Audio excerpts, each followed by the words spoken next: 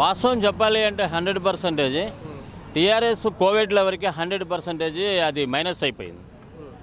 Next వరద వచ్చినప్పుడు టోటల్గా స్లమ్ కాలనీలు కానీ అన్ని కాలనీలు కూడా మునిగిపోయినప్పుడు కూడా ప్రభుత్వం వైఫల్యం అయిపోయింది. జిహెచ్ఎంసీ సక్రమంగా స్పందించలేదు, ఎంతోమంది నష్టమయ్యారు. అదే కాకుండా దుబ్బాక పరిస్థితి ఏంటంటే ప్రజలు మార్పు కోరుతున్నారు. తప్పనిసరిగా ఈ ప్రభుత్వం మారాలి, ప్రజాపాలకులు ఇట్లా కాదు ఈ విధంగా మీరు చేయాలి అని చెప్పేసి మనకు నిదర్శనం 23 దుబ్బాకలో ఉన్నటువంటి 23 కాన్స్టిట్యూషన్లో కూడా అసలు ఏనాడు ఎరగనటువంటి విధంగా వాస్తవం చెప్పాలంటే ఇన్ని సంవత్సరాల 25 సంవత్సరాల రాజకీయంలో నేను చూసినంత వరకు దుబ్బాక ఇచ్చినటువంటి తీర్పు ప్రజా తీర్పు అది ఖచ్చితంగా చెంపబెట్టయింది మన కేసీఆర్ గారికి. వాస్తవం చెప్పాలంటే ప్రజలు మార్పుని ఎందుకు కోరుతున్నారు అంటే ఎన్ని ప్రజలు ఇదివరకు 20 సంవత్సరాల క్రితం పరిస్థితులు వేరు, ఇవాళ టెక్నాలజీ పెరిగింది, ప్రతి ఒక్కటి కూడా సమస్యల మీద దృష్టి పెట్టారు. ప్రజలు కూడా చిన్న కాడ నుంచి పెద్ద కూడా బాగా ఆలోచన చేస్తున్నారు.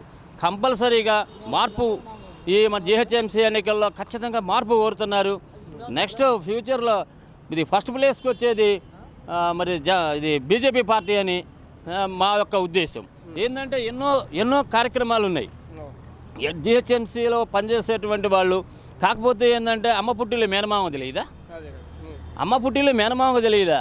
మీ పరిపాలన 7 సంవత్సరాలు బట్టి నువ్వు నడిచినటువంటి నడవల్లో 100% కోవిడ్ విషయంలో కానీ వరద బాధితులు కానీ ఈ తీర్పు దుబ్బాక ఇచ్చినటువంటి దుమ్ము లేపినటువంటి దుబ్బాక ప్రజలు ఇచ్చినటువంటి తీర్పు చెంపబెట్టేందని గ్రేటర్ ఎన్నికల్లో ఈ ముఖాముఖ పోటీల్లో ఖచ్చితంగా గ్రేటర్ ఎన్నికల్లో ఉన్న స్థానాల్లో దగ్గర 60 కానీ 70% కూడా మార్పు ఖచ్చితంగా వస్తుంది. జిహెచ్ఎంసీలో మార్పు వచ్చింది, ప్రజల్లో కూడా మార్పు వచ్చింది, చైతన్యం వచ్చింది.